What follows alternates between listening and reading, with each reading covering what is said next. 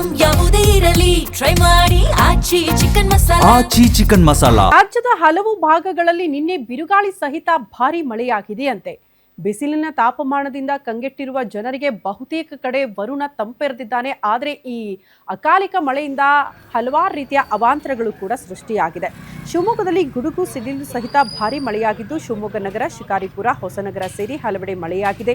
ಬಿರುಗಾಳಿ ಮಳೆಯಿಂದಾಗಿ ರಸ್ತೆಯ ಮೇಲೆ ಬೃಹತ್ ಮರ ಕೂಡ ಉರುಳಿ ಬಿದ್ದಿರುವ ದೃಶ್ಯ ನೋಡ್ತಾ ಇದ್ದೀರಿ. ಶಿವಮೊಗ್ಗ ತಾಲೂಕಿನ ಹನುಮಂತಪುರ ಗ್ರಾಮದಲ್ಲಿ ಈ ಘಟನೆಯಾಗಿದ್ದು, ಮರ ಬಿದ್ದು ರಸ್ತೆ ಸಂಪರ್ಕ ಕಡಿತಗೊಂಡಿರುವ ಹಿನ್ನೆಲೆ ಜನ ಪರದಾಡಿದ್ದಾರೆ. ಬಿರುಗಾಳಿ ಮಳೆಯಿಂದ ಜಿಲ್ಲೆಯ ವಿವಿಧೆಡೆ ಭಾರಿ ಅನಾಹುತಗಳಾಗಿದೆ. ಅದೇ ರೀತಿ ಕಾಫಿನಾಡು, ಮಲೆನಾಡು ಭಾಗದಲ್ಲೂ ಕೂಡ ಧಾರಾಕಾರ ಮಳೆಯಾಗಿದೆ. ಭಾರಿ ಮಳೆಗೆ ಈ ಮೂಡಿಗೆರೆ ತಾಲೂಕಿನಲ್ಲಿ ನಾನಾ ಅವಾಂತರಗಳು ಸೃಷ್ಟಿಯಾಗಿದೆ ಅಂತೆ. ಅದೇ ರೀತಿ ನೆಲಮಂಗಲ, ಚಿಕ್ಕಮಗಳೂರು ಈ ಭಾಗದಲ್ಲೂ ಕೂಡ ಧಾರಾಕಾರ ಮಳೆ ಬಿದ್ದಿರುವ ಪರಿಣಾಮ ಎಷ್ಟೆಲ್ಲ ಅವಾಂತರಗಳು ಸೃಷ್ಟಿಯಾಗಿದೆ ಅನ್ನೋದನ್ನ ನೋಡ್ತಾ ಇದ್ರಿ.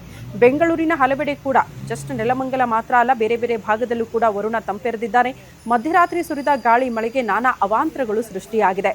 ದಾಸರಹಳ್ಳಿಯಲ್ಲಿ ಮರ ಬಿದ್ದು ವಿದ್ಯುತ್ ಕಂಬಕ್ಕೆ ಹಾನಿಯಾಗಿದ್ದು, ದಿನನಿತ್ಯ ಸಾವಿರಾರು ಜನ ಓಡಾಡುವ ರಸ್ತೆ ಸಂಪರ್ಕ ಕಡಿತಗೊಂಡಿದೆ.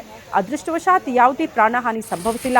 ಇದುವರೆಗೂ ಜಿಬಿಎ ಅಧಿಕಾರಿಗಳು ಸ್ಥಳಕ್ಕೆ ಬಂದಿಲ್ಲ ಅಂತ ಸ್ಥಳೀಯರು ಆಕ್ರೋಶ ಹೊರಹಾಕಿದ್ದಾರೆ.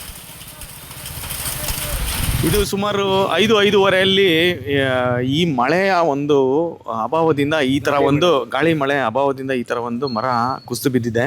ನಮ್ಮ ದಾಸರಳ್ಳಿ ವಿಧಾನಸಭಾ ಕ್ಷೇತ್ರದಲ್ಲಿ ಇಂಥ ಒಣ ಮರ ಹಾಗೂ ಈ ಥರ ಒಂದು ದುರಸ್ಥಿತಿಯಲ್ಲಿರುವಂಥ ಮರಗಳನ್ನ ಆದಷ್ಟು ಬೇಗ ತೆರವು ಮಾಡಲಿಲ್ಲ ಅಂದರೆ ನೋಡಿ, ನಮ್ಮ ದಾಸರಳ್ಳಿ ವಿಧಾನಸಭಾ ಕ್ಷೇತ್ರದಲ್ಲಿರುವಂಥ ಸಾರ್ವಜನಿಕರಿಗೆ ಎಷ್ಟು ಜನಕ್ಕೆ ತೊಂದರೆ ಆಗ್ಬೋದು.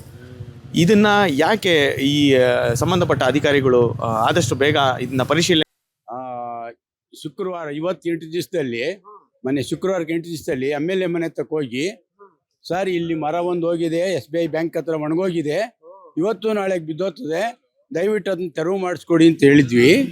ಅವರು BBMPಗೆ ಫೋನ್ ಮಾಡಿ, ಅರಣ್ಯ ಇಲಾಖೆಗೆ ಫೋನ್ ಮಾಡಿ, ಈ ಥರ ಮರ ಒಣಗೋಗಿದಂತೆ, ಅದನ್ನ ಫಸ್ಟ್ ನೋಡಿ ತೆಗ್ದಾಕ್ರಿ ಅಂತ ಹೇಳಿರು.